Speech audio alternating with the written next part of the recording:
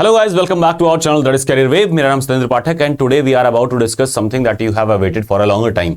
एक ऐसी चीज जो आपको बहुत समय से इंतजार भी कर रहे थे और कई लोग इसी को लेकर के भटके हुए हैं कि किस तरीके से सर AITC को हम क्वालिफाई कर सकते हैं। पिछली बार से लगभग अगर 2018 को इंक्लूड कर लें तो कम से कम 3 बैचेस और प्लस अपना अनुभव जो रहा है उनके बिहाफ पे मैं आपको कुछ सिंपल स्टेप बता दूंगा जिससे आप अगर थोड़ा सा ध्यान दे देंगे तो आपका एग्जाम बहुत ही आराम से और बहुत ही क्लियर वे में क्वालिफाई हो जाएगा। जैसा कि मैं देख पा रहा हूं बहुत सारे बच्चे हैं जो अभी स्टार्ट तो कर दिए पढ़ना, लेकिन 2-3 दिन बाद कह रहे हैं सर मैं पढ़ नहीं पा रहा हूं, मुझसे लग नहीं रहा कि मैं हो जाएगा या हो पाएगा। कह रहे हैं ठीक है आप कह रहे हैं तो एग्जाम दे देंगे, अलग बात है, बट नहीं हो पा रहा है, ऐसा करके दावा कर रहे हैं। तो उन्हीं सभी चीजों को लेकर के ये वीडियो बनाई गई है। I think it would be very useful for you guys. अगर आप देख लेंगे तो मेरा वादा है कि अगर आप इसे फॉलो कर लेंगे तो बहुत आराम से आपका एग्जाम निकल जाएगा। ठीक है, चलिए फटाफट से देखते हैं। जैसा कि स्टेटमेंट कह रहा है कि कैसे चुटकियों में क्वालिफाई करें, तो ऑफ कोर्स ये चुटकियों में ही क्वालिफाई होने वाला एग्जाम है। ठीक है, चलो पहली चीज ये है, the best way to predict your future is to create it. अगर आप चाहते हैं जानना कि आपका भविष्य क्या होगा तो अपना भविष्य खुद ही बनाना शुरू कर दीजिए। If you want to know what you will become, like suppose you are trying to be ATCs, then try to become ATC starting from now. अभी से ही शुरू कर दीजिए ATC बनना। और कैसे बनेंगे आप? कुछ सिंपल चीजों को फॉलो करके, कुछ सिंपल से गोल्डन बुक रूल्स हैं, उन्हीं को आप देख लेंगे, काम बन जाएगा। देयर आर 5 सिंपल रूल्स और 5 simple steps to crack any exam including ATC। और वो 5 मूलभूत आधार तत्वों वाले जो स्टेप्स हैं वो कौन कौन से होंगे। तो आपको पहले से पता है कि आपको पता होना चाहिए जाना कहां है। Suppose you are targeting for any country, तो यहीं से तो कंट्री दिखाई नहीं देगी, या कोई सिटी आप फॉलो कर लें। For example I live in Lucknow, I want to go in Kanpur, I can not see Kanpur, लेकिन मैं अगर निकलूंगा थोड़ा थोड़ा दिखता जाएगा और मैं वहां पहुंच जाऊंगा। दैट मीन एटलीस्ट पहले मुझे स्पेसिफिक होना पड़ेगा कि मुझे कहां जाना है और वो जो जाना है उसके बारे में क्या चीजें हैं, वो है क्या चीज। सो हम लोग बात करेंगे नो योर टारगेट की, अपने लक्ष्य के बारे में जानने। दूसरा, अपनी कैपेबिलिटीज को जाने। तीसरा, जिस लक्ष्य को जाना है उसका सिलेबस जाने, उसके अकॉर्डिंग एक प्लान बना लें और फिर उसी प्लान पे अमल कर लें। है तो बड़ी आसान सी बात है, कौन नहीं जानता, लेकिन फिर भी नहीं हो पाता है और इसीलिए हम लोगों ने सेशन लिया है। Next thing is know your target. अपने टारगेट को कैसे पहचानेंगे कि टारगेट क्या है। सबसे पहली चीज तो ध्यान देनी है कि उस टारगेट के बारे में जानिए कि वो टारगेट असल में क्या है। For example we are targeting for airport authority of India exams. तो एयरपोर्ट अथॉरिटी ऑफ इंडिया है क्या? ध्यान रखें कि इसका 100% of the stake is under the civil ministry of civil aviation. ठीक है, तो जो सिविल एविएशन की मिनिस्ट्री है ये पूरा 100% स्टेक करती है, कि मतलब कहने को तो पब्लिक सेक्टर यूनिट है, लेकिन एक तरह से आप कह सकते हैं पूरा गवर्नमेंट कंट्रोल्ड पब्लिक यूनिट है। यानी पूरी तरीके से गवर्नमेंट के पास में इसके सारे स्टेक्स रहते हैं। क्या बात समझ पा रहे हैं? यानी आप कह सकते हो कि ये पूर्णतया सरकारी माना जा सकता है, एक उपक्रम माना जा सकता है। ठीक है, तो पहले तो डिपार्टमेंट के बारे में जाने, उसके स्टैंडर्ड्स के बारे में, फिर ध्यान देना है उस टारगेट जो एग्जाम टारगेट कर रहे हो उसके बारे में कि प्रीवियस ईयर ने क्या कहा। प्रीवियस ईयर का 2 साल का पेपर देख लो एक बार, चैनल पे चले जाना टेलीग्राम वाले, और @ सर्च करना है। क्या सर्च करना है? @AAI_ATC। बस इतना सा सर्च करोगे, इसी यूजर हैंडल पे आपको मिलेगा। लगातार ऐसे पूरे आपको पेपर्स मिल जाएंगे हर साल के, उसमें से 2 साल का केवल 22 का और 23 वाला, मतलब जो 22 में दो नोटिफिकेशन आपको दिखेंगे। एक 27 जुलाई को पेपर हुआ था, एक 21 फरवरी को हुआ था। तो वही दोनों आप डाउनलोड करके बस देख लीजिएगा तो आपको काम भर का आइडिया हो जाएगा। इवन 2-3 पेपर देख लेंगे, काम आइडिया हो जाएगा आपको, पूरी तरीके से आप स्पेसिफिक हो जाएंगे। देखो भाई इतना इतना ही आता है। समस्या तो ये है कि अगर आपने नॉन टेक की बात की, तो नॉन टेक के बारे में पहले से आपको आइडिया है।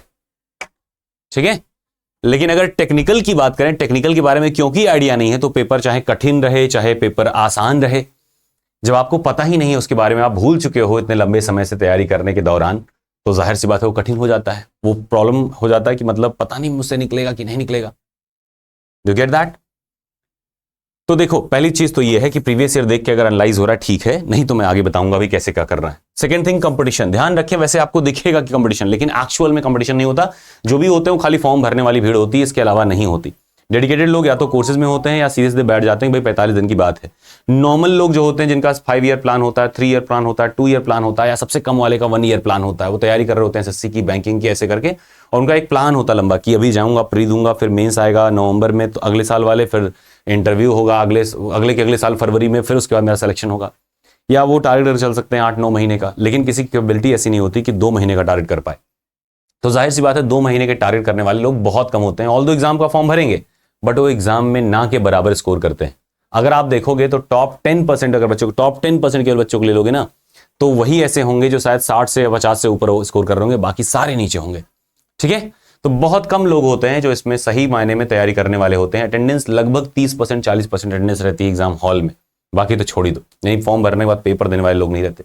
थर्ड थिंग यह है कि गर्ल्स के लिए, क्योंकि ये फॉर्म फ्री ऑफ कॉस्ट है, हैंडीकैप्ड लोगों के लिए फ्री ऑफ कॉस्ट है, तो जाहिर सी बात है फॉर्म एप्लीकेशन ज्यादा आते हैं then that of exam in commerce. तो एग्जाम में उतने लोग नहीं आते जितना फॉर्म भरते हैं, तो कंपटीशन जाहिर सी बात है बाकी सारे एग्जाम्स की तुलना में, सारे एग्जाम्स की तुलना में जो कंपटीशन वाले हैं इसमें कंपटीशन ना के बराबर है। बस आपको पता हो करना क्या है। ठीक है, तीसरा है जॉब प्रोफाइल। जॉब प्रोफाइल के बारे में क्या जानेंगे, जैसे आप कोई भी एग्जाम टारगेट कर रहे हैं तब तक उसके लिए कॉन्फिडेंस नहीं है, तब तक उस जॉब के बारे में जानते ना हो। ध्यान रखें ये जूनियर एग्जीक्यूटिव की जॉब है। ठीक है, किसी प्यून या नॉर्मल लेवल की जॉब नहीं है, एग्जीक्यूटिव रैंक है ना। तो अधिशासी इसको हिंदी में बोलते हैं, कि उसके पास में कुछ अधिशासी मतलब वो गाइड करता है, नेविगेट करता है, डायरेक्ट कर सकता है, ऐसे रूल्स उसके पास में पावर रहेंगी। प्रमोशंस होते हैं, प्रमोशन लगभग समझ लीजिए 15 साल के दौरान में आप देखेंगे अपने आप को एक टॉप पोजीशन पाएंगे। सेकंड थिंग ये है कि इस बार क्योंकि नए एयरपोर्ट ज्यादा बने हैं, तो इसमें जो अभी आपके पास में प्रमोशंस के चांसेस रहेंगे वो ज्यादा रहेंगे, यानी कि हो सकता है आप एयरपोर्ट मैनेजर भी बन के रिटायर हो। Do get my point? यानी कि जो इसमें जो आपके हायरकीज हैं, ये हायरकीज सारे आप कवर कर पाएंगे, क्योंकि ये बेहतर अपॉर्चुनिटी है। इसके बाद की वैकेंसी शायद थोड़ा सा डिले होकर के आए, तो ये वैकेंसी अभी तक की इतिहास में सबसे बड़ी वैकेंसी रही है एटीसी के अगर माने तो, क्योंकि एटीसी में इतने पद कभी आते ही नहीं थे। 400 कुछ पद ही हाईएस्ट रहा, इस बार 496, ऑलमोस्ट 500 रहा, मतलब हाईएस्ट है, तो जाने नहीं देना वैसे भी। नेक्स्ट चीज है कि स्टैंडर्ड्स, यानी जो पेपर है उसका स्टैंडर्ड क्या है। तो ध्यान रखिए स्टैंडर्ड वैसे अगर देखेंगे तो बहुत ही बेसिक लेवल का स्टैंडर्ड है, बेसिक लेवल का स्टैंडर्ड है। और मैं अभी समझा दूंगा आपको क्या क्या है। जैसे बेसिक में कॉन्सेप्ट बेस्ड, यानी सीधा सा डेफिनेशन पूछते हैं, यानी सीधा सा डेफिनेशन रहता है। ठीक है, डेफिनेशन रहते हैं और डेफिनेशन बेस पे लगभग 5 से 7 क्वेश्चन आपको दिखेंगे। फिर उसके बाद में आपको फॉर्मूला या तो डायरेक्ट पूछ रहा होगा या फॉर्मूला बेस्ड क्वेश्चन पूछ रहा होगा। ये लगभग 10 से 15 क्वेश्चन लगभग इसके रहते हैं, 10 to 15 या उससे ज्यादा ही रहते हैं। तो आप पाएंगे लगभग 4-5 क्वेश्चन ऐसे होंगे, 3 से लेके 5 क्वेश्चन ऐसे होंगे जो थोड़े से दिमाग वाले होंगे, यानी नीट के 1 मार्क वाले क्वेश्चन होगा, ऐसे करके क्वेश्चन आपको दिखेंगे। अदरवाइज में आपका टोटल टारगेट इतना ही है। अगर नॉन टेक आपका ठीक ठाक है तो आपको ज्यादा परेशान होने की जरूरत नहीं, सर मुझसे हवा नहीं लग रही, कुछ नहीं। अरे मैं कहता हूं सिंपल सा, मैं फॉर्मूला बुक देता हूं, फॉर्मूला शीट देता हूं, वही उतना करके चले जाना। या फिर 21 फेब के पहले जो हमने एक फॉर्मूला रिवीजन का सेशन लिया हुआ था, अभी वीडियो वहीं पे है, मैथ्स का भी है, फिजिक्स का भी है। आप बस उतना सा देख लोगे तो आपको ऐसे ही कॉन्फिडेंस रहेगा, भाई इतना ही तो होता है और कुछ है ही नहीं।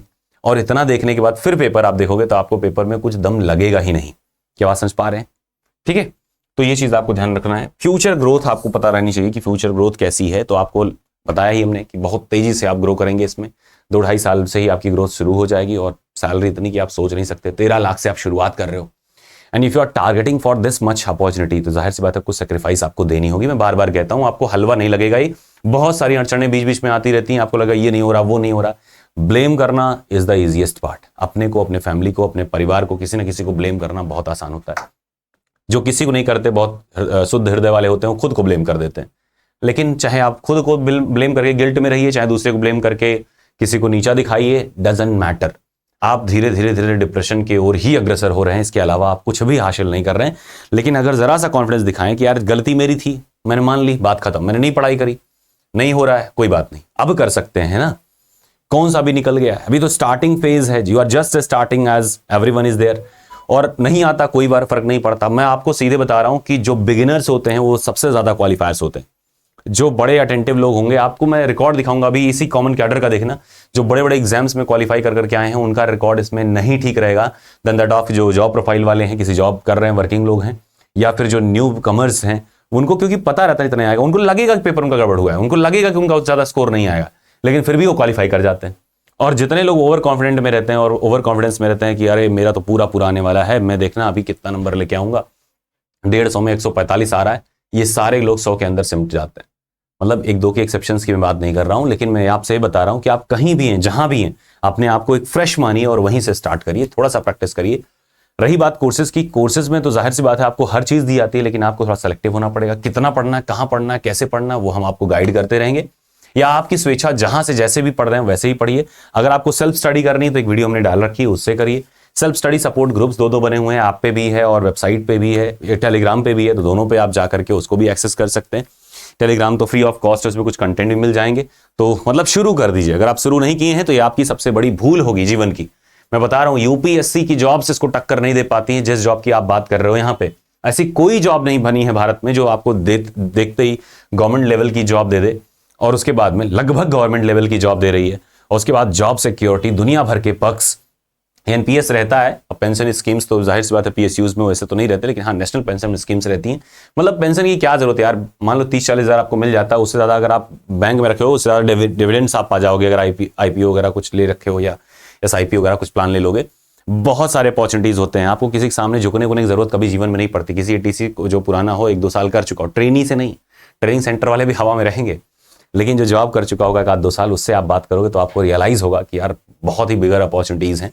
थोड़ी सी प्रेशर जरूर रहती है, लेकिन कोई बात नहीं, कौन सी जॉब में नहीं होती है ना। अपने को काम करना है, पैसा कमाना है, सम्मान कमाना है, दुनिया की मदद करनी है। जो भी दिखेगा आसपास में, आप बेहतर रहेंगे सबको बेहतर कर पाएंगे। और जब आप भिखारी रहेंगे तो किसी को मन तो करेगा कि मैं कर दूं, पर आप कर नहीं पाएंगे। ठीक है, आप जो कुछ भी लेके आएंगे सब उसी में जाएगा, हरदम परेशान रहेंगे, बेचेंगे, कर नहीं पाएंगे। तो एटलीस्ट ऐसा कुछ करना है कि आपकी कैपेबिलिटी बढ़े, सो दैट कि अपने आसपास वालों की कैपेबिलिटी बढ़ा दो और वो भी खुद सेल्फ सस्टेनिंग बन जाए कुछ समय बाद। Do get it? चलो अब इसको देखो, नो योर स्ट्रेंथ्स। अपने स्ट्रेंथ्स को कैसे जानेंगे? पहली चीज जाननी है कि आप कितने घंटे आप दे सकते हो, एफर्ट आवर्स कितने हैं, कितना घंटा आप दे सकते हो। मैं आपसे कहता हूं, अगर आपको लगता है कि 4 से 5 घंटे आप डेली बेसिस पे दे सकते हो, मतलब आप स्टार्ट कर सकते हो। अगर आपको लगता है सर 1-2 घंटे दे पाऊंगा, तो मैं आपसे पूछूंगा क्या ऐसा हो सकता है कि नवंबर मिड के बाद दे दो 4-5 घंटे से ऊपर। अगर तब भी नहीं हो सकता तो मैं कहूंगा कि फिर बेवजह परेशान होने की जरूरत नहीं है। आप बेहतर जहां भी हैं, अगर इतना भी समय निकाल पा रहे हैं, मतलब आप पहले से एंगेज आदमी हैं, अपनी प्रायोरिटीज सेट करिए और वहीं पे आप बेहतर काम करिए। आपको इसमें बेवजह अपना समय और माथा खपाने की जरूरत नहीं है। मतलब एक जेन्युइन सी बात है, इसमें बुरा मानने वाली कोई बात नहीं है। ठीक है, अपनी प्रायोरिटीज, अपनी मजबूरियां आदमी समझता है। मैं थोड़ी समझ पाऊंगा या दूसरा कोई समझ नहीं पाएगा, आप समझते हो, आप बेहतर समझना, लेकिन 4 से 5 घंटे मिनिमम चाहिए आपको। ठीक है, नेक्स्ट आपका डिसिप्लिन लेवल कैसा है। ऐसा तो नहीं कि आप डेली टाइम टेबल बनाते हो, कल सुबह 4 बजे उठूंगा और उठते हो 11 बजे। अगर ऐसा वाला प्लान है तो जाहिर सी बात है आपको थोड़ा सा गाइडेंस की जरूरत पड़ेगी। आपके आसपास में कोई भी क्वालिफाइड बंदा हो, उसको अपनी थोड़ी अथॉरिटी दे दीजिए, है ना, कि कॉल करके मुझे जगाना है, बस सीधी सी बात। और ऐसा बंदा होना चाहिए, पापा हो, मम्मी हो, दीदी हो, चाचा हो, भैया हो, जो लगा सके 1-2 हाथ, जरूरत पड़ने पे वेक्टर क्वांटिटीज अप्लाई कर पाए, फॉर एग्जांपल फोर्स अप्लाई कर पाए, एक साथ स्लैब लगा पाए, और इतनी अथॉरिटी उनको दीजिए, उनको रिपोर्ट करिए आप डेली पे, इतना पढ़ा है, इतना नहीं पढ़ा, वो सब उन्हीं के आसपास पढ़िए। मैं तो कहता हूँ बाहर किराए पे रहते हो, चुपचाप घर पे चले जाओ, मम्मी पापा जहाँ बैठते हैं, सोते खाते हैं, वहीं पे बैठ जाओ, वहीं किताब लेके पढ़ो। 20 बार देखेंगे पढ़ते हुए, उसके बाद में अगर लापरवाही करोगे, मोबाइल चला रहे होगे, का हाथ पड़ ही जाएगा, है ना। और समय समय पे ये जो पक्ष मिलेंगे मम्मी पापा से, ये पक्ष जॉब वाले पक्ष दिला के ही मानेंगे। Do you get my point? Otherwise में अगर आपको लगता है कि आप इतने मेच्योर हो, इस प्रिपरेशन से गुजर चुके हो, दिमाग पहले से खराब हो चुका है, 1-2 साल कंपटीशन में झक मार चुके हो, इन दैट केस आपको किसी की नीड नहीं है। आपके पास इतनी कैपेबिलिटी होगी कि अगर एक बार थोड़ा सा ठान लोगे तो काम बन जाएगा, क्योंकि आपके पास और कोई रास्ता ही नहीं होता, है ना। मन उतना चंचल रह नहीं जाता, सब कुछ मोह माया लगने लगता है। ऐसे में आप कर पाओगे, ऐसी कोई दिक्कत नहीं है। अगर आप चाहोगे तो किसी का कोर्स ले लेना, किसी जैसे भी आपको गाइड करना हो, बस एक चीज आपका रास्ता क्लियर होना चाहिए, उसमें बीच में डिस्ट्रैक्शन नहीं आनी चाहिए, क्योंकि 2 ही महीने की बात होती है, 2 महीने भी पूरी तरीके से नहीं है, 45 दिन 40 दिन की बात होती है, तो 45 दिन पूरी तरीके से मिलने चाहिए। परसिवरेंस, लगे रहने की क्षमता, यानी कि जो चीज आप कर रहे हो लगे रहो। पहला दिन आपने क्लास लिया या पहले दिन आपने पढ़ाई करी, फिर फोन करके कह रहे हो सर मुझे कोर्स लेना है, अगले दिन ये हुआ कि ठीक है 1-2 दिन में ले लेना, 2 दिन बाद आपके फोन आ रहा है कि सर कोर्स ठीक है, वो तो मैं ले लूंगा अगर आप कहोगे, लेकिन मैं सर निकाल नहीं पाऊंगा। तो अगर आपको पहले से ये लग रहा है कि आप नहीं निकाल पाएंगे, तो इधर यू से it or don't, either both the ways you are correct.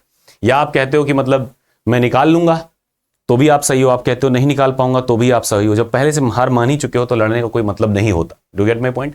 तो अपना मनोबल ऊंचा करिए। ऐसा कोई बहुत बड़ा एग्जाम नहीं है, बहुत बड़ा रॉकेट साइंस वाला एग्जाम नहीं, बहुत बेसिक आता है। मैंने बताया ना आपको, एकदम बेसिक क्वेश्चन आते हैं, एकदम गिने चुने एरियाज पढ़ के आपका एग्जाम निकल जाता है।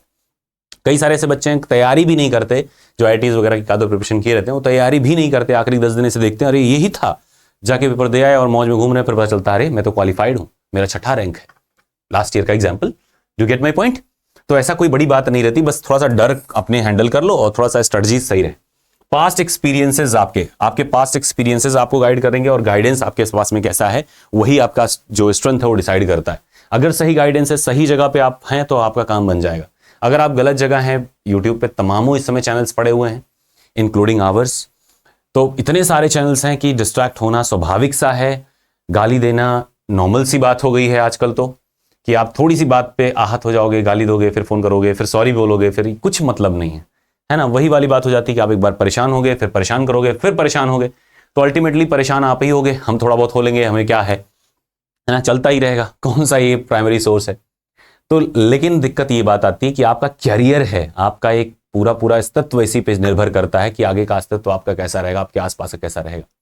तो कभी भी कहीं भी ना खुद को ब्लेम करिए ना दूसरे को ब्लेम करिए। समय और परिस्थिति होती है, समय परिस्थिति अनुकूल नहीं रही, ठीक है, आगे कर लेंगे, मेहनत कर लेंगे, थोड़ा बहुत ईश्वर में या जहां भी जिसमें भी आस्था रखते हो थोड़ी सी आस्था रखिए, थोड़ा सा परिवार पे, फैमिली पे या करीबियों पे थोड़ी सी भरोसा रखिए।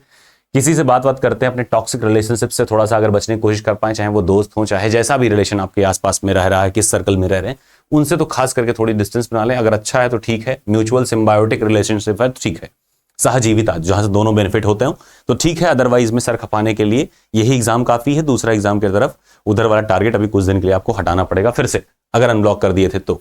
ठीक है, नेक्स्ट वाला देखिए, analyse the syllabus. Analyse the syllabus, syllabus को कैसे एनालाइज करें? स्टैंडर्ड ऑफ द क्वेश्चन हमने बताया आपको, बेसिक है, मॉडरेट है, उससे ऊपर नहीं है।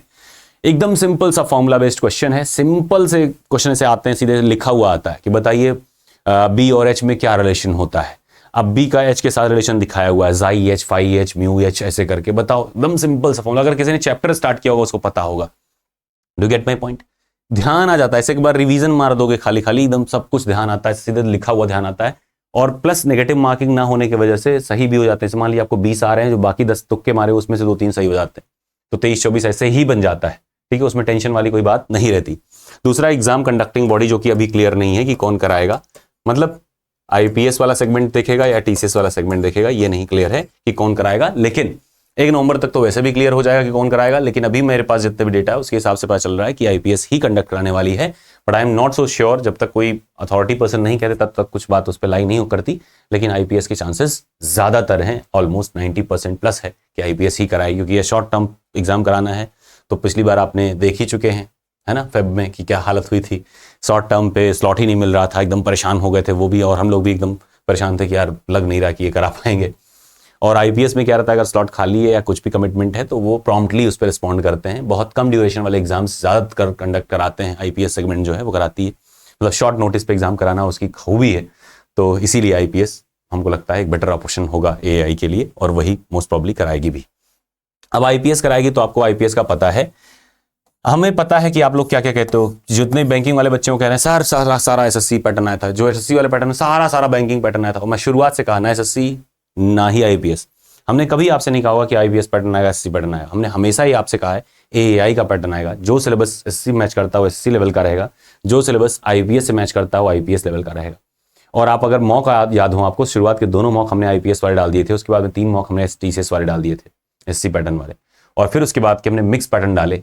पजल मेंशन नहीं था, पर फिर भी हमने पजल्स कराए थे कि बेटा पजल आएंगे, और आए भी आपके एग्जाम में। जो कुछ भी प्रेडिक्शन रही वही सब कुछ हुआ है।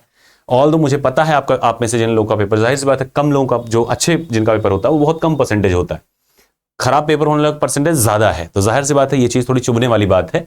तो मैं उसके लिए हम्बली आपके सपोर्ट में खड़ा हूं। लेकिन ये ध्यान रखिएगा, जो भी कोर्सेज हुए, जहां से भी हुए, जितना पढ़ाया गया उससे एग्जैक्ट मैच किया है। आपको यकीन नहीं हो तो आपको मैं अपने स्टाफ्स के एडमिट कार्ड और एग्जाम जो कैसे कैसे हुए हैं, हम लोग खुद पार्टिसिपेट करते हैं एग्जाम, तो उस तरीके से हम खुद एनालाइज कर लेते हैं किस तरह का पेपर आया, कितना मैच किया, कितना नहीं मैच किया। ठीक है। और अगली बात यह है कि अगर आईपीएस कराएगी तो क्या क्या लगभग कैसा कैसा पैटर्न रहेगा। तो वही पैटर्न, रीडिंग कंप्रीहेंशन करीब 2 रहेंगे। इंग्लिश में मैं बता दूंगा डिटेल सिलेबस, एग्जाम का पैटर्न 2-3 दिन में क्लियर हो जाएगा। जैसे ही 2-3 दिन नहीं, एक वीक कम से कम लगेगा। उसके बाद मैं आपको डिटेल में बता दूंगा कि कैसे कैसे आपको पेपर एनालाइज करना है, क्या पैटर्न लगभग रहने वाला है। और वही पढ़िएगा भाई, दूसरे के चक्कर मत जाइएगा। फिर बाद में सुन के आप कहीं और से आते हैं, ब्लेम इस चैनल पे करते हैं। ठीक है, कि आपने कहा था एसएससी पैटर्न रहेगा। हमने कभी नहीं कहा, जीवन में नहीं कहा, हम कभी कहते ही नहीं ऐसी कोई चीज। ठीक है, वही कहते हैं जो हमको लगता है या हमें हमारे पास में सॉलिड कहीं कहीं प्रूफ होता है। अदरवाइज में हवा में बात करने की आदत हमारी है नहीं। एग्जाम कंडक्टिंग बॉडी का हो गया।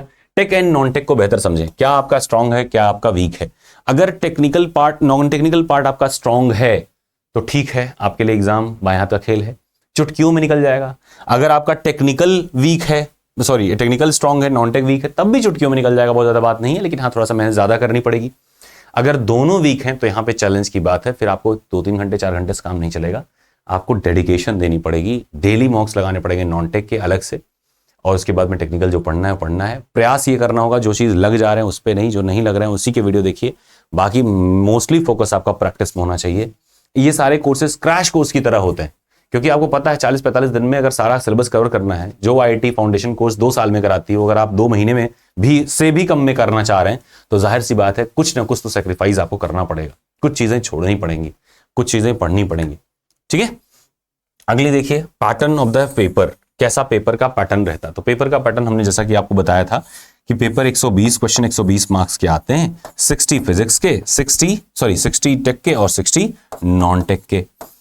ठीक है, 60 नॉन टेक के। टेक में फिजिक्स मैथ रहता है 30-30 मार्क्स का, और नॉन टेक में आपका इंग्लिश रहता है 20 मार्क्स का, मैथ्स एप्टी रहती है 15, रीजनिंग 15 और जीएस 10 का रहता है। जीएस में हमेशा से कहता हूं छोड़ देना चाहिए टीसी में, नहीं पढ़ोगे तब भी 3-4 नंबर आराम से 4 नंबर तक आएंगे, अगर पढ़ लोगे तो 6 आ जाएंगे, लेकिन बाकी सब्जेक्ट में समय आप दे नहीं पाओगे क्योंकि सिलेबस बहुत वास्ट है, आएगा फंसेगा, ये कोई गारंटी नहीं है। करंट अफेयर्स से 1-2 क्वेश्चन आते हैं, वो भी श्योर नहीं रहता कहां से आएंगे, 1-2 क्वेश्चन के लिए कितना करंट कोई पढ़ा देगा। ठीक है, तो हम कोशिश यही करेंगे आपसे कि अगर आप बिगिनर हैं, सब कुछ में कहीं और वीकनेस है तो उस पर पहले वर्क करिए। अगर सब तैयार है, आप कॉन्फिडेंट हैं, ओवर कॉन्फिडेंस है, सर मुझे समझ में नहीं आ रहा मैं कितना पढ़ लूं, अभी और चाहिए, in that case you should be doing that too. Okay, अगली बात क्या है, स्ट्रेटेजाइज अ प्लान। जब भी आपको ये सारी चीजें पता चल गई, इसके बाद में आपको एक प्रॉपर प्लान बनाना है। आपको स्ट्रेंथ पता है, वीकनेस पता है, एग्जाम के बारे में पता है, प्रीवियस ईयर का एक अनुभव भी पता है, तो आपको एक प्लान बनानी चाहिए। और प्लान ऐसे बनाना चाहिए कि आपने आपको पहचानिए, रातों रात चमत्कार नहीं होते, एक आदत को बदलने में समय लगता है। मिनिमम ऑफ मिनिमम जो 21 डेज कहते हैं ना, उनके पास में आदत बदलने के लिए, तो जाहिर सी बात पहले डिसिप्लिन है, तभी तो 21 दिन लगातार वो बात कर पा रहे हैं। और जब डिसिप्लिन है तो उनको आदत छुड़ाने कोई बड़ी बात ही नहीं रही। तो ध्यान रखें, कोई भी हैबिट 21 दिन नहीं, कम से कम 6 महीना लगता है। अगर 21 दिन में किसी की हैबिट बदल रही है, इसका मतलब वो पहले से डिसिप्लिन्ड है, तो उसका हैबिट माना नहीं जाएगा, वो it is a controlled behaviour, जिसको रिफ्लेक्स में कन्वर्ट कर रहा है, रिफ्लेक्स एक्शन में।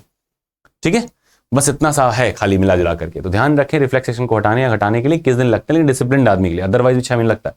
दैट मीन्स कि आपकी जो भी हैबिट है, जैसी भी हैबिट है, उसको कंप्रोमाइज कर ली, वहीं वैसे रहने दीजिए, अपनी हरकतें पहचानिए। वो अचानक से आप कल संत नहीं हो जाएंगे, जैसे हैं वैसे ही रहेंगे, और उसी के ही अकॉर्डिंग प्लान बनाइए। नहीं तो डेली प्लान बनाएंगे और शाम को कर नहीं पाएंगे, फिर निराश होंगे। Do get my point? एकदम मतलब फैक्ट वाली बात है ये, और ये आप हमसे ज्यादा कई बार आप करके और महसूस कर चुके होंगे। बस वही कहने की बात है कि दिल है कि मानता नहीं, हार क्यों मानूं, हार मानूंगा नहीं।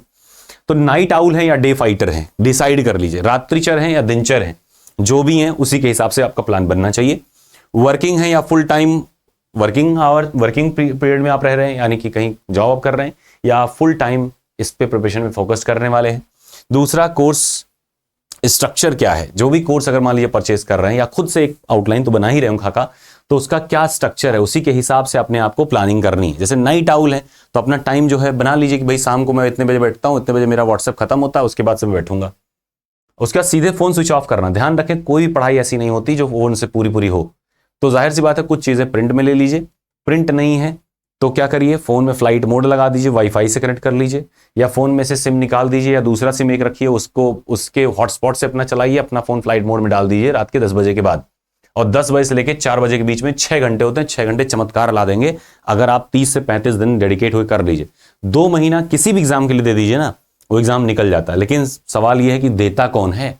2 महीना कोई देता। ये जो लाइब्रेरी ज्वाइन करते हो ना, 40 बार बाहर अंदर बाहर होते रहो। मेरे आसपास में करीब 12 लाइब्रेरीज हैं, यही कपूरथला जहां मेरा रूम है, इसी के सामने ही करीब 8 लाइब्रेरीज हैं, और हम दिन भर यही देखते हैं कि ये लाइब्रेरी कल्चर है ना, खूब बढ़िया सा ड्रेस पहन के, खूब सुंदर सुंदर सा बन करके, है ना, चश्मा लगाए, एक्शन में खड़े हुए, ऐसा लगता है यूपीएससी क्वालिफाइड तो पहले से ही है। वो अलग बात है, थोड़ा सा देखने चले आए माहौल की होता कैसे है स्टूडेंट लाइफ में, ऐसा चेक करने में। भौकाल दुनिया भर का, ज्ञान दुनिया भर का दिए पड़े। ध्यान रखिए, वो सब निरर्थक है। अगर आपको पढ़ना है, चुपचाप एक टेबल एक चेयर कहीं भी रख करके आप पढ़ सकते हो। 4-6 घंटे की बात है, 1-2 दिन दिक्कत होती, तीसरे दिन से अपने आप आदत बन जाती है। अगर आपको लगता है आधा घंटे ज्यादा नहीं बैठ पाता, हम कहते हैं 15 मिनट का टारगेट बनाओ। 15 मिनट से जैसे क्रॉस होगा वैसे ही सेंस ऑफ अकम्पलिशमेंट आएगा, ऐसा लगेगा मैंने यार कर दिखाया, और फिर आप और करते करते 2 घंटे क्रॉस कर दोगे। और पहले ही अगर डिसाइड कर लिए 6 घंटे से पहले उठूंगा नहीं, तो 3 बार तो वॉशरूम जाना होता है बीच में, है ना, ऐसे ही बेवजह भी जाना होता है।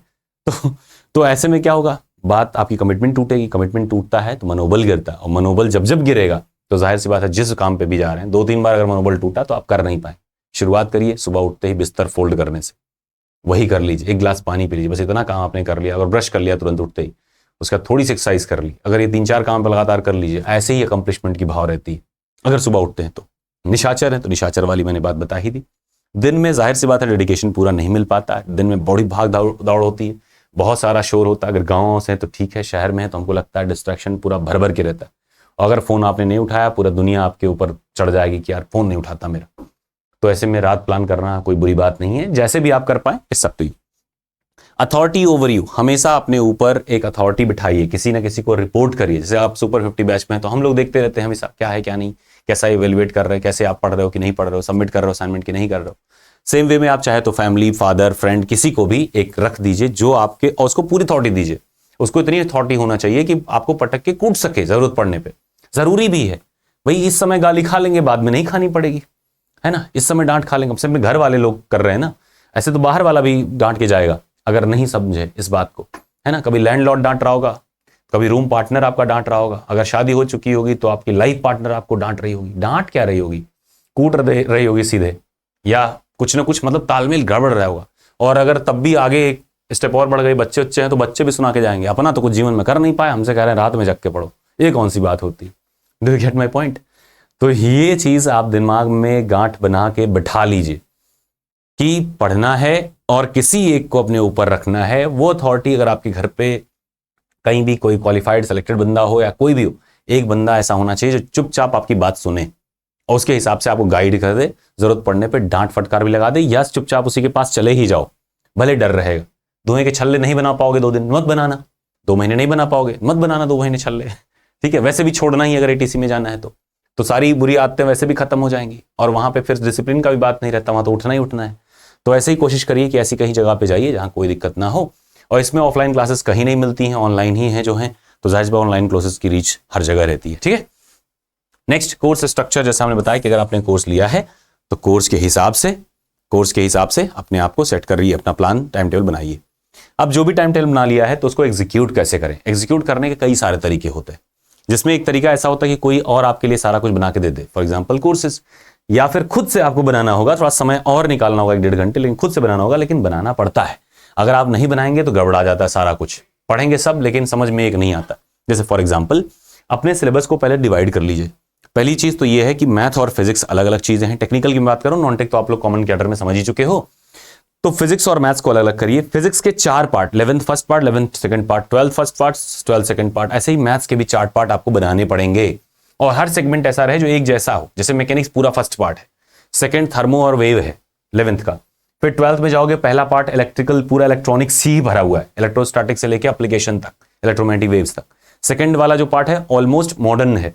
तो आप देखोगे 4 बड़े बड़े सेगमेंट हैं जिनको आपको अपने हिसाब से कैटेगराइज करके उसमें से इंपॉर्टेंट पार्ट कौन से है उसको चुन करके फिर उसको फाइट करना है। क्या बात समझ पा रहे हैं। जैसे अगर मैकेनिक्स की बात करें तो मैकेनिक्स में क्या इंपॉर्टेंस ज्यादा है, देखो या तो ग्राफ आएंगे या तो डेफिनेशन और फॉर्मूला आएगा।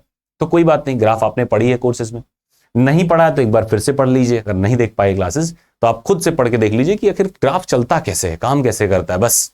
और मुझे इतनी उम्मीद है कि आपको पहले से पता होगा, नहीं पता होगा तो थोड़ा सा 2-4-10 क्वेश्चन करेंगे, अपने आप आइडिया लग जाएगा, ठीक है। इसके बाद में आती है बात फ्रिक्शन की, तो फ्रिक्शन पे एक आध क्वेश्चन देखने को मिलता है, ठीक है, उसको देख लीजिए। एक्शन रिएक्शन यानी फोर्सेस पे, तो फोर्सेस में फ्रिक्शन आ जाता है, तो फ्रिक्शन तक आप आराम से एक बार देख लीजिएगा, हमको लगता है बहुत बेहतरीन तरीके से आप उसको समझ भी पाएंगे। नेक्स्ट स्टेप में क्या करते हैं, जैसे अब सेकंड सेगमेंट पे जाइए। सेकंड सेगमेंट मतलब 11th का सेकंड पार्ट। 11th के सेकंड पार्ट में देखो वेव और ऑसिलेशन से एक क्वेश्चन देखने को मिलते हैं।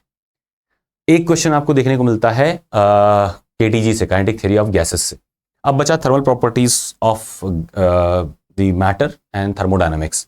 इन दोनों से एक क्वेश्चन देखने को, दोनों मिला करके एक क्वेश्चन देखने को मिलेगा, लेकिन हमें लगता है कि देखो इसको करोगे तभी आपको केटीजी भी समझ में आती है, तो एक बार कर लेना होता है। जैसे कोर्स में तो हम हर एक चीज कराएंगे, कोर्स का मतलब ये है कि हर चैप्टर आपको कायदे से कवर हो, तो आपको लगता है बहुत ज्यादा है, लेकिन अगर देखा जाए तो कुछ चीजें आप स्किप कर सकते हो। एक हमने बनाया भी था प्लान इस पे, वैसे ही एक और डाल देंगे कि कहां कहां से आपको ज्यादा पहले प्रायोरिटी पे काम करना है। लास्ट 2 ईयर से 12th का पार्ट ज्यादा था, शुरुआत ही 12th से करिए। इलेक्ट्रो पार्ट भर के आता है तो इलेक्ट्रो पार्ट पूरा कंप्लीट कर लीजिए, यानी 12th का फर्स्ट पार्ट पहले कंप्लीट कर लीजिए, बात ही खत्म हो जाए वहां से, है ना। अगर आप बैचेस में हैं तो ध्यान रखिएगा कि जो ओल्ड बैच है वो बेस्ट बैच है। रीजन ये है कि उसमें सारे चीजें हैं, बस हाँ कंट्रोल अपने आप पे आना चाहिए कि कहाँ से कितना कितना पढ़ना है, सारा कुछ उसमें है। लाइव क्लासेस उसमें भी मिल रही हैं, तो that means that is the best one कि आपके पास पहले से भी है प्लस लाइव क्लासेस भी। न्यू बैच में डजंट मैटर, अगर बिगिनर है तो न्यू बैच आपके लिए बेस्ट है, क्योंकि वहां पे उलझे रहेंगे यार ये क्या है वो क्या है, समझ नहीं पाएंगे, ज्यादातर भीड़ में खो जाना, समंदर में खो जाना, वही वाली बात रहेगी। इसमें फ्रेश आपको डेली एक एक दिख रहा है, आप उसी से फॉलो करते हुए हमारे साथ चलेंगे बहुत आराम से। इस मंथ के नेक्स्ट मंथ के एंड तक, यानी नवंबर एंड तक या दिसंबर फर्स्ट वीक तक आप सारा सिलेबस कवर कर चुके होंगे। फिर प्रैक्टिस कर लेंगे साथ में, काम बन जाएगा। कुछ चीजें जैसे आप फोन करके हमसे बताते हो सर मुझे समझ में नहीं आ रहा, एकदम सर के ऊपर जा रहा है, कोई बात नहीं, वो आता ही नहीं है, और आता भी है तो एक नंबर का आता, कोई बात नहीं, उतना हम रिस्क पे ले लेंगे, कोई बात नहीं, उसको छोड़ दो, नेक्स्ट वाला कर लो। जहां से ज्यादा क्वेश्चन आते हैं उसको तो करके देखो, है ना।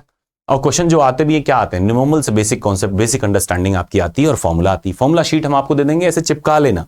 और कहाँ चिपकाना, डेली 2 फॉर्मूला ऐसे काट करके वहीं आईने चिपकाना, कि जब ऐसे जुल्फे लहरानी हो, अपनी पट्टा बढ़िया बनाना हो, तो सर ऐसे झुका के देखना पड़े। अब बार बार वो हिंडर कर रहा है, आप भले ना नोटिस करो, दिमाग नोटिस करेगा और दिमाग में से बैठ जाता है। जब आप फॉर्मूला लिखोगे लगेगा गलत है, ठीक है।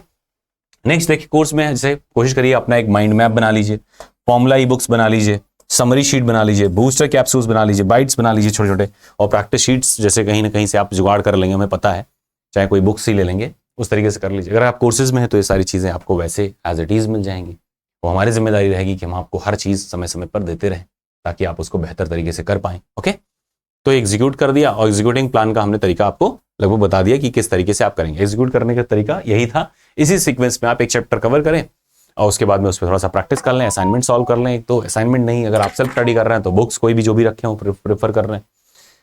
कुल मिला के बेसिक वाले क्वेश्चन एकदम जो चुटकियों में से लगते हो, जैसे डेफिनेशन आपसे कोई पूछ रहा हो, जैसे आपसे कोई कहे फोर्स क्या है, पता होना चाहिए कि न्यूटन का सेकंड लॉ क्या कहता है, फर्स्ट लॉ क्या है, थर्ड लॉ क्या है, तीनों पे बेस्ड। जैसे फ्रिक्शन किस पे काम करता है, कॉन्टैक्ट नॉन कॉन्टैक्ट क्या होते हैं, फ्रिक्शन किस में आता है, फिर फ्रिक्शन निकालते किस पे, नॉर्मल रिएक्शन के बेस पे निकालते हैं या नॉर्मल पुश एंड पुल पे निकालते हैं, या वेट ही नॉर्मल रिएक्शन बन के निकल जाता है, इंक्लाइंड प्लेन पे कैसे फ्रिक्शन काम करता है। बेसिक अंडरस्टैंडिंग जो आप ऐसे ध्यान से देखोगे ना, अगर लेमैन भाषा में समझोगे तब भी काम बन जाए। लेमैन मतलब पढ़ा लिखा नहीं है बट देखा हुआ है, ठीक है।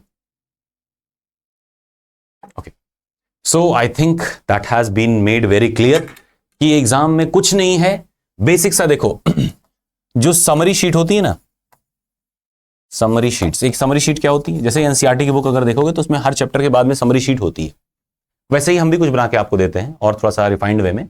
लेकिन यही समरी शीट अगर आप देख करके फिर प्रीवियस ईयर पेपर जाके देखोगे, आप कहोगे यार यही बस इतना होता है क्या। मैथमेटिक्स में केवल वही एग्जाम्पल्स लगा लो, मैं बता रहा हूं दावे से कि पूरा पूरा वही ऐसे छप के आता है पेपर में, जिनने भी दिखा होगा करा होगा उसको लगेगा। तो इधर उधर जाने की जरूरत क्या है, डरने की जरूरत ही कहां है, किस बात के लिए आप डर रहे हो। जहां आप खड़े हो वहीं पूरी दुनिया खड़ी हुई है इस एग्जाम के लिए।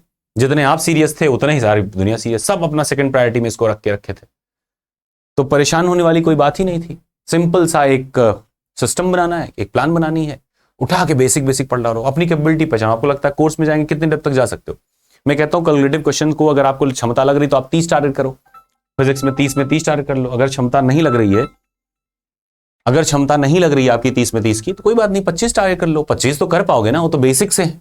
5 आते हैं कैलकुलेटिव वाले, कोई बात नहीं, आप नहीं कर पा रहे छोड़ दो, 25 तो करो। अब पूरा क्यों चाहिए, पहले एग्जाम क्वालिफाई करने तो सोचो।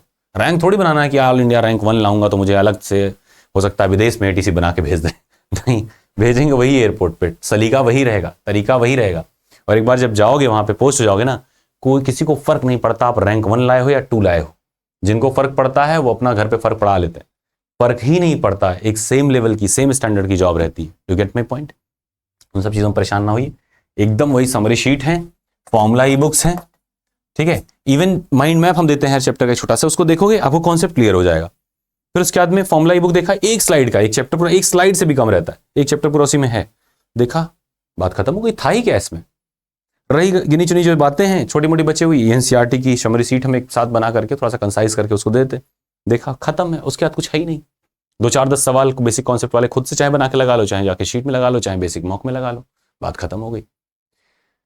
अब आती है नेक्स्ट बात, जो है चैलेंज की बात। चैलेंज की बात यह होती है कि जब आप पढ़ाई कर रहे होंगे तो आपको तमाम चीजें आएंगी। एक चीज आएगी आरोप करने की, आरोप प्रत्यारोप वाली बात, जहां आप अपने भाई से कहेंगे कि देखो तुम्हारी गलती, तो मुझे सुबह 3 बजे मैंने बोला जगाए नहीं, या आप जिस भी अथॉरिटी को डिसाइड करेंगे, चाहे वो कोर्सेज हो किसी को, कि आपकी गलती है, आपने हमको पुश नहीं किया। देखो पुश वो करेगा नहीं करेगा, कभी कभी ज्यादा कर देगा, कभी कभी बिल्कुल नहीं करेगा, तो उसको उस पर छोड़ दो। हाँ, कोशिश करो कि आपको पूरा गाइड करे, उसकी रिस्पॉन्सिबिलिटी वो करेगा भी, लेकिन जहां कहीं भी आपको ऐसा लग रहा है, ध्यान रखो नुकसान आपकी का लास्ट में होना है। तो अनटिल और unless it is necessary, try to avoid it. Avoid मतलब जो भी हर्डल्स आएंगे उसको अवॉइड करिए ना, उसके साइड में करके चलिए। कोई क्वेश्चन में अगर स्प्रिंट हो जाती है, जैसे एक लड़का हमको मैसेज करके बोला सर यहाँ पे आर होना चाहिए, आपने इज लिखा हुआ है, तो मुझे नहीं लगा कि उसमें इज और आर में बहुत ज्यादा फर्क पड़ना चाहिए किसी क्वेश्चन में। ये गलती नहीं होती और ना ही ऐसी गलती को रिपोर्ट करना चाहिए। और कभी कभी बेसिक सी गलती प्रिंटिंग में ऐसी हो जाती है कि स्क्वायर का फॉर्म मतलब की जगह पे 2 लिख जाता है, जैसे एक्स स्क्वायर की जगह x2 ऐसे हो जाता है, नहीं ऊपर पुश हो पाता। पीडीएफ वगैरह में खास करके ऐसे कभी कभी हो जाता है, और ज्यादातर डिवाइस को लेकर एरर होता है। ऐसे में अगर आपको समझ में वो चीज आ रही है तो बेवजह परेशान होने की जरूरत नहीं। नहीं समझ में आ रही, you should call it and confirm it. Live classes होती है, उसमें से डिस्कस कर लिए, सर बताइए क्या है, इसको चेक करके बताइए, तुरंत बता देगा आदमी। लेकिन अगर आप उसको लेकर के फोटो खींचा, इधर भेजा उधर भेजा, ये फला वाले चैनल वाले सर जी दिखा रहे, देखो सब दिखा रहे होंगे, कमियां हर कोई दिखा रहा होगा। आपके बारे में अगर किसी से तारीफ में पूछ लूं कि बताइए श्री 1008 श्री फलाने जी के बारे में 10 अच्छे गुण बताइए, नहीं बताया कोई, और मैं बताऊंगा उनके बारे में बुराई बताइए, 1000 बताएगा। सो इंटरेस्टिंग पॉइंट ही होता है किसी कमी निकालना। आपको दिलचस्पी भी उसी में आएगी जब किसी कमी निकालनी जा रही हो। You get my point. और ये सबसे आसान बात है कि कमी निकाल पाना। जो कमी निकालता है उसको पूरी दुनिया दिलचस्पी सुनती है, मजा आता है बिल्कुल। और जो किसी की तारीफ करता है उसको लगता है तो गंवार आदमी है यार, सीधा आदमी है, इसको इसके चक्कर में रहेंगे तो लुट जाएंगे, ये वाला भाव आता है। You get my point. तो ऐसे लोगों से बचिए। 15 मतलब 45 दिन की बात है, 40-45 दिन की बात है, मुझे नहीं लगता बहुत बड़ी बात है। एक बार डट के लग जाइए, और दावे से मैं कह रहा हूं दम बेसिक पेपर आता है। एक बार आप खुद क्यों नहीं पेपर देख लेते? मैं तो बार बार आपसे रिक्वेस्ट करता हूं कि एक बार एनसीईआरटी शीट देख लीजिए या माइंड मैप देख लीजिए, अगर आप बिगिनर हैं तो। अगर आप पहले जानते हैं तो पेपर उठा के देख लीजिए। अगर 10+2 में आपको लगता है कि आप ठीक ठाक आता है, पेपर उठा के देख लीजिए। अगर फिर भी लग रहा है कि नहीं होगा तो क्या जरूरत है भाई, छोड़ देना, फिर दूसरा कुछ कर लेना। लेकिन जब मैं कह रहा हूं कि एकदम बेसिक है, एकदम आसान, और 13 लाख की नौकरी, आपकी जिंदगी पूरी बदल जाएगी। मैं बता रहा हूं कि मैं फर्स्ट ईयर में जब मतलब पहली बार मैंने इस कोर्स को लॉन्च किया था, मैंने 20-25 बच्चों को तो जबरदस्ती मैंने फॉर्म डलवाए थे। जो 36 बच्चे एडमिशन लिए थे उनमें से मैं बता रहा हूं 24 जो सेलेक्ट हुए हैं, उसमें से 20 तो ऐसे हैं जिनको मैंने बताया कि एग्जाम आया है, इसका फॉर्म भरो। Do get my point? तो मतलब आपको पता ही नहीं होता, लोगों को पता ही नहीं होता कि करना क्या है, कितना आना है, कैसे आना है। हालांकि ये बातचीत इधर फालतू फालतू की लग रही होगी आपको, लेकिन ध्यान से सुनिए। अगर तो मैं बता रहा हूं कि बहुत आसान सा, एकदम सिस्टम सा अगर बना करके चल जाइए तो हो जाता है, बहुत आराम से निकल जाता है। इसमें कोई दुविधा की, दो राय की, परेशानी की बात है ही नहीं कि आपसे नहीं होगा। बहुत आसान सा है। और अगर आपसे ये नहीं हो रहा तो आप कंपटीशन लाइन में बेकार के हो। आपको फिर एसएससी भी नहीं देनी चाहिए, बैंकिंग भी नहीं, क्योंकि उन सबसे ईजी है भाई ये एग्जाम क्वालिफाई करना। एसएससी बैंकिंग तब भी टफ है, कंपटीशन दुनिया भर का, पेपर का लेवल, टाइम, बहुत ज्यादा दिक्कतें उसमें आती हैं एसएससी बैंकिंग में या किसी भी और एग्जाम में। इसमें कोई ऐसी बाउंडेशन नहीं, 2 घंटे पेपर, नेगेटिव मार्किंग नहीं, 120 क्वेश्चन, कंपटीशन ना के बराबर। जरा सा बच्चा सीरियस होता है तो क्वालिफाई करके चला होता है, और जो नहीं क्वालिफाई होता उसको पता है खुद को कि वो कितना पढ़ा। वो अलग बात है, हमसे बता रहा होगा कि मैं सर 12-12 घंटे पढ़ता हूँ, वो सब सेकेंडरी चीज है। आपको खुद पता है। जब आप हमसे ऐसे बात करते हो ना, बात करने के लहजे में पता चल जाता है कि यार देखो हम ही को पढ़ा रही है तो मुझे पता चल जाएगा, आपको खुद पता रहेगा यार, वो भाव आपके अंदर से आएगा ही नहीं। जब आप पूरा मेहनत करते हो, हार जाते हैं ना, तब भी बात में वजन रहती है। जब आप बात करते हैं तो आपकी बात में एक बेस रहता है। क्योंकि पिछले एग्जाम में आप भले ही नकार दें कि नहीं फंसा नहीं फंसा, मैं बता रहा हूं ना कि मैथ में सीधे सीधे 32 क्वेश्चन उसी कोर्स से आए। ठीक है, तो अब आप कहोगे मतलब जिस शिफ्ट की मैं बात कर रहा हूं इसमें मैंने अटेम्प्ट किया, या सूरज सर ने जिसमें अटेम्प्ट किया, 32-33 क्वेश्चन लगभग फंस रहे। तो मतलब वो आपकी बात है कि आप नकार दीजिए, अलग बात है। लेकिन मुझे पता है क्यों आया है, इसलिए मैं कॉन्फिडेंस में आता हूं, यूट्यूब पे बोल पाता हूं। आप अलग बात है कमेंट में कुछ भी बोल देते हो, मुझे पता है मैं अपनी जगह पे सही हूं, इसीलिए मुझे कॉन्फिडेंस आता है। जब मुझे खुद पता रहेगा गलती मेरी है तो मुझे गिल्ट आएगा। Do get my point? तो मैं आपसे वो चीज बोल ही नहीं पाऊंगा, ना आप किसी से ऐसे बोल पाएंगे जब आपकी गलती खुद की होगी। तो ध्यान रखें, मेहनत करते रहें। गलतियां होती भी हैं लेकिन उसको स्वीकारें, उसको इंप्रूव करें, बेहतर करने की कोशिश करें। समय है, चलता जाएगा। अगर कैरियर सेट हो गई, हजारों की सेट हो जाएगी। जिंदगी में जितना संघर्ष आज है, जॉब लगने के बाद भी रहेगा, लेकिन थोड़ा सा लेवल बदल जाएगा उन संघर्षों का। आपसे ज्यादा अंबानी अडानी भी परेशान रहते हैं, ठीक है, परेशान सब रहेंगे, ये मत समझो कि सुकून आता है। हाँ, लेवल बदलता है संघर्ष का, और जीवन ऐसे चलता जाता है। आपके सारे आसपास रहने वाले लोगों का लिविंग स्टैंडर्ड बदल जाता है, सोच थोड़ा बदल जाता है, लगता है एक सुकून आती है, बस इतनी सी बात रहती है और कोई बात विशेष नहीं रहती। लाइफ है, चलती जाएगी। और जितने जल्दी हो सके ब्लेम, आरोप प्रत्यारोप, छोटी छोटी बातों में उलझना, कमियां निकालना, इन सबसे जितने जल्दी बच जाओगे, निकल पाओगे, उतना ही बेहतर है। ये जॉब छोटे सोच वाले व्यक्तियों के लिए है ही नहीं, मैं बता दूं आपको। इन सब जॉब में आप क्वालिफाई ही नहीं कर पाएंगे अगर आप छोटी मानसिकता रखेंगे। इन सब में आते ही वही है क्रीम वाले बच्चे, साउथ के बच्चे सबसे ज्यादा रहते हैं इसमें। आप क्वालिफाइंग रेशियो देखोगे तो ये इलाहाबाद सेंटर छोड़ दो तो बाकी सब में भर भर के साउथ इंडियंस रहते हैं। रीजन, वो कभी भी कहीं भी कमी निकालते नहीं, उनको पता है भाई ये आता है, इतना है, इतना पढ़ना है। हर किसी के नॉलेज में एक आध दो एटीसी हैं, ठीक है। और उनको तो हिंदी पूरी समझ में भी नहीं आती। कोर्सेज में आते हैं, अपना डिसाइड करते हैं ये पढ़ना है, बात खत्म, निकल गए, लास्ट में बता दिया सर निकल गया। इंटरव्यू दोगे, नहीं सर मैंने फीस दिया था, बस इतनी सी बात होती है, इसके बाद कुछ नहीं। आए, सेटल हो गए, बात खत्म। Do get my point? तो इतनी सी है। आपसे क्यों नहीं निकल रहा है, आप बताइए, अपनी समस्या बताइए कि हमसे क्यों नहीं हो पा रहा है, क्यों हताश हो, परेशान हुए पड़े हो। सिंपल सी बात है, हो जाएगा। एक दिन 2 दिन पढ़ाई नहीं करी सर, नहीं हो पाएगा, है ना। होता क्या है, कुछ नहीं हो पाएगा। अगर ये नहीं हो पाया तो हमको नहीं लगता कुछ आपसे हो पाएगा। माहौल देख के तैयारी थोड़ी होती कि अरे यार सब लोग एसएससी कर रहे हैं, मैं भी एसएससी करूंगा। अरे तो सब लोग कर रहे हैं, तुम कमजोर पड़ जाओगे उसमें। वो एग्जाम चुनिए इसमें कोई नहीं कर रहा है, आधे लोगों को पता भी नहीं तुम करते क्या हो, पढ़ाई क्या कर रहे हो, किस चीज की तैयारी कर रहे हो, then you will qualify it, क्योंकि उसमें भीड़ ही नहीं है। और पीएसयू जॉब्स का मैजिक यही है कि जब लोग अपनी पेंशन जोड़ते हैं ना, अरे पेंशन मिलता है इसमें, तब तक आपके पास इतना पैसा होगा कि उसका डिविडेंड उनके पेंशन का 4 गुना होगा। You get my point? और जब चाहें जहां चाहें वहीं से आप कैरियर को नई दिशा दे सकते हैं। जबरदस्त के लिंक होते हैं, व्यवहार तगड़े तगड़े लोगों से। छोटे मानसिकता वाले लोग सब पीछे छोड़ चुके होते हैं, कोई बात ही नहीं करेगा ना, आपको बात करने की जरूरत पड़ेगी, वो सब अपने यहाँ गायब हो जाते हैं। अदरवाइज सब फोन करेंगे कि 30,000 40,000 मैं कमाता हूं और मेरी बीवी 40,000 कमाती है, दोनों प्राइमरी टीचर हूं। और आपसे ऐसा पंच मारेंगे कि आप उठने का भी बार सोचेंगे क्या जवाब इसको दूं। हाल चाल पूछता नहीं, बस अपनी हैसियत बता रहा है, आपसे नहीं पूछेंगे। और ये हमेशा चलता रहेगा। और कमी तो घर के माँ बाप और भाई बता देंगे आपको। कैसे चल पाएगा बताओ? कोई भी बता देगा, पूरा घर परिवार समाज देश दुनिया हर कोई आपके अगेंस्ट होगा जब तक आप खुद के अगेंस्ट हो। जिस दिन ना आपका एग्जाम निकलना शुरू हुआ, जिस दिन आप 10 पैसे के काम के हुए, उस दिन हर जगह आप अपनी अच्छी जगह पालोगे, है ना। हर जगह एक रेस्पेक्ट रेपुटेशन आ जाएगा। अदरवाइज में ऐसे धक्के खाते रहोगे, कभी उनकी कमी, कभी उनकी कमी, कभी वो गाली देगा, कभी तुम गाली दे लोगे, इतना ही तो होगा। रहोगे उसी के बराबर ही हो जाओगे। अदरवाइज में या तो जान लगा दो या तो जाने दो। इसमें तो जान भी नहीं लगाना है, इसमें बस खेल जाना है। एग्जाम ऐसा होता है इसमें खेल जाना है। आखिरी के 15 दिन अगर सीरियस हो जाए को बंदा, निकाल सकता है इसको। अपने अनुभव से बता रहा हूँ, इतने बच्चे क्वालिफाई करें उनके अनुभव से बता रहा हूँ, ठीक है। Okay then, that was all for today. I think this might be benefiting to you. थोड़ा सा मोटिवेट जरूर हुए होंगे, पर ध्यान रखिएगा मोटिवेशन से एग्जाम नहीं निकलता। मोटिवेशन अंदर से आनी चाहिए। मोटिवेशन खाली आधा घंटा आपको पुश करेगा, लेकिन जब नहीं समझ में आएगा तो कहीं से मोटिवेट, है ना। मोटिवेशन करने से सवाल नहीं, मोटिवेशन करने से युद्ध होते हैं। सवाल नहीं लगते। सवाल के लिए शांत मन होना चाहिए। छोटा सा कोई कैरोके म्यूजिक लगाइए, कान में लगाइए, लोफी सॉन्ग लगाइए, भिड़ जाइए, पता नहीं चलेगा कब समय निकल गया। और मुस्कुराते हुए आप बाहर निकलेंगे, हंसते हुए। चाहे आप एग्जाम क्वालिफाई करेंगे तब भी, नहीं करेंगे तब भी, दोनों केस में आप इतने कंटेंट रहेंगे कि आपको लगेगा, दूसरा कोई देखेगा क्या, अरे यार निकल गया इसका, यार निकल जाएगा ही जाएगा एक दो बार में, ठीक है। Okay then, wish you the best, bye bye, take care. और एक बार थोड़ा सा कोशिश कर लीजिए। हमको लगता है 40-45 दिन की बात है, 40-45 दिन में बहुत ज़्यादा हर्ज नहीं है। जो जैसा कह रहा है उसको कहने दीजिए, हम जैसा कह रहे हैं वो कहने दीजिए। जितना बात आपको समझ में आई है उतना अपना लीजिए, बाकी सब जान लगा दीजिए या जाने दीजिए। Okay, wish the best. हंसते रहिए, मुस्कुराते रहिए, हमारे साथ बने रहिए। और बेटर हो सकेगा अगर आप कुछ भी पूछना हो, कोई डाउट हो तो सीधे कॉल करके, मैसेज करके पूछ लें। उल्टे वाले अच्छे डाउट्स हैं, अच्छी प्रतिक्रिया है, then put that in the comment section. Wish the best, bye bye.